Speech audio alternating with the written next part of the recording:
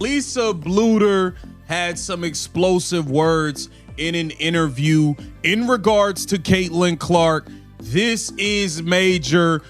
This just proves exactly why Stephanie White is not the coach for Caitlin Clark. We have all voiced our concerns in a major way. We watched a lot of the nonsense that Stephanie White pulled with Caitlin Clark last season. Okay, she came in here and completely messed up the offense, brought in a bunch of vets that Natasha Howard's talking about winning MVP. Dewana Bonner showed up and scammed the team.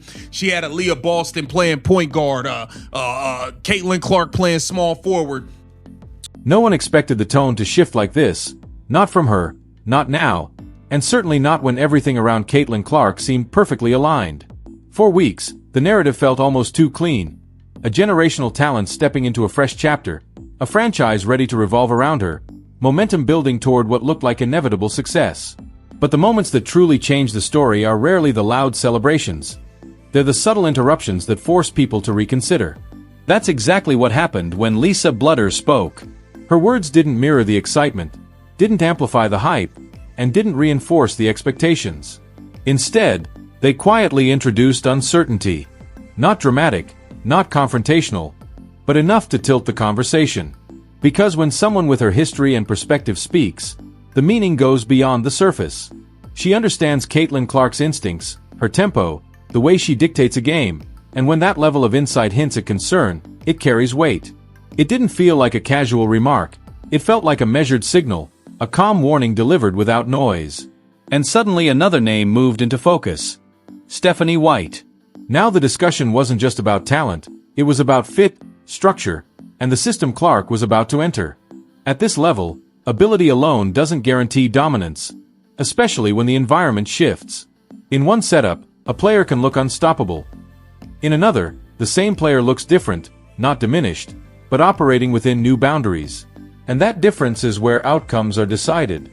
Caitlin Clark isn't just skilled, she's distinct, driven by pace, vision, and creativity that often defines the framework itself. She doesn't simply operate inside a system, she reshapes it. So the real question emerges. What happens when a player built to control the flow steps into a structure not designed around her strengths? What happens when freedom narrows, rhythm changes, and control adjusts? These aren't minor tweaks. They're foundational shifts. That's the direction Lisa Bluder subtly pointed toward, not with bold declarations, but with enough clarity to matter, because she recognizes what many overlook. Basketball isn't only about talent. It's about alignment. And alignment can change everything. Treat Media, okay? She was on Treat Media, and she addressed the situation with Caitlin Clark and how you have to allow her to play. And this ultimately shows why this whole situation with Stephanie White has been doomed from the start. Let's take a listen. What do you think is I'm so curious about this because coaches have such a unique insight into the mind, the talent and the physicality. Like you see them on such a personal level on a day-to-day basis. What is the thing with her that is the difference maker, that's the differentiator that can put her into the stratosphere that she's earned? Yeah, she's an unbelievable competitor, and I don't care what you're playing. Like, and she was a great soccer player, and she really I've heard that. Yeah, and she attributes a lot of her passing angles to learning that on the soccer field, and it's so true. Like she is the best every time, 3-point shooting. She is the best passer. It's amazing. We all know Caitlin Clark is the best passer in the WNBA, came in and broke the assist record, all types of stuff. We all know that. Like her passing is one of one. Magic Johnson level passing here. And so she attributes a lot of that to soccer, but competitiveness. Like, I don't care if you're playing checkers, if you're playing Uno. I mean, the girl is going to win. And she has no fear of failure. Now, that pay attention to this. She said Caitlin has no fear of failure, and watch what she says after. I mean, the girl is going to win. And she has no fear of failure. And that, I think, allows her to really put herself out there and risk, like with those threes and with some of those unbelievable passes that other people be like, I might fail. There's none of that with her. Because you can have the best player in the world, but if the system doesn't align, the results won't look the same. That's what makes this situation so compelling. On one side is Caitlin Clark, a player who thrives in freedom, speed, and unpredictability. On the other is structure, a framework built on control, balance, and precise execution. When those two approaches collide, the outcome isn't guaranteed. Sometimes they amplify each other, and sometimes they create friction. That uncertainty is fueling the entire conversation, and fans can feel the shift. For the first time, this doesn't feel predetermined. It feels open, and open means unpredictable. Every expectation now comes with a question. Will she adapt? Will the system adjust? Or will something have to give? Because something always does. That's why this moment matters. It's not just about what Caitlin Clark can do. It's about where she's doing it and how the environment shapes everything. The jump from one level to another is never simple, no matter how elite the talent, because everything changes. The speed, the pressure, the expectations, and most importantly, the control. In college, Caitlin Clark dictated everything. The pace, the offense, the rhythm. But now that control may look different, and that's where the adjustment begins. Even the best players have to adapt, and adaptation rarely happens overnight. It requires time, understanding, and trust, which is why the relationship between player and coach becomes critical. It's not just about drawing plays. It's about alignment. When a player and coach see the game the same way, everything flows. When they don't, complications follow. That's the possibility hanging over this situation, and it's the one nobody can ignore, because Lisa Bluder didn't need to say it directly for the message to land. Caitlin Clark is up and down, up and down, up and down.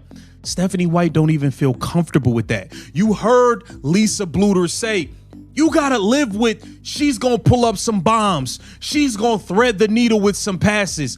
But you have to let Caitlin be Caitlin in order for the greatness to come out, and you will reap the benefits as Lisa Bluder in Iowa did. It's that simple. But Stephanie White wants this slow, drag 'em out game, half court, let me control the game from the sideline like this is college.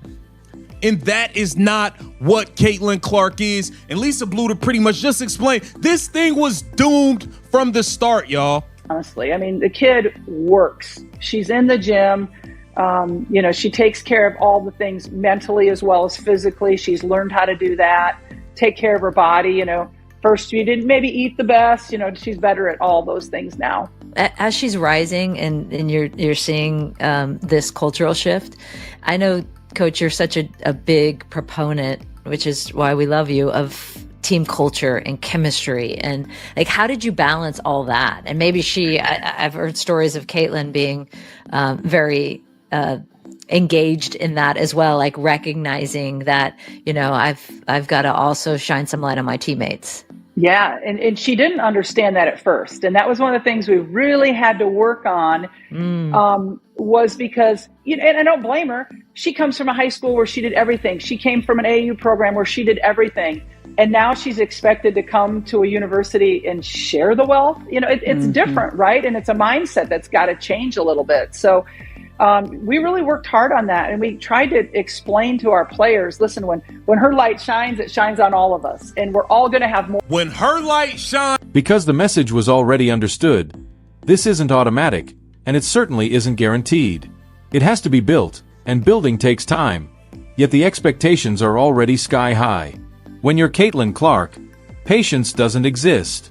The demand is instant impact, immediate dominance, visible results from day one. That pressure doesn't fade. It intensifies with every game, every possession, every moment under the spotlight. Now it's not just about proving individual greatness. It's about proving the system works. If it clicks, everything stabilizes and the narrative becomes a success story. But if it doesn't, the questions get louder, the doubts grow sharper, and perception shifts quickly. In sports, momentum isn't just on the court, it's in the conversation. And once that conversation turns, it's difficult to steer back. That's why this moment carries so much weight.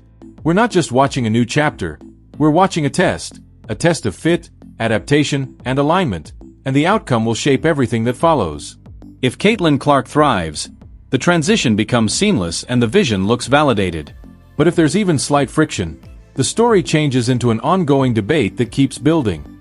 That's why the attention is so intense, Because this isn't just about one player. It's about what happens when massive expectations collide with reality.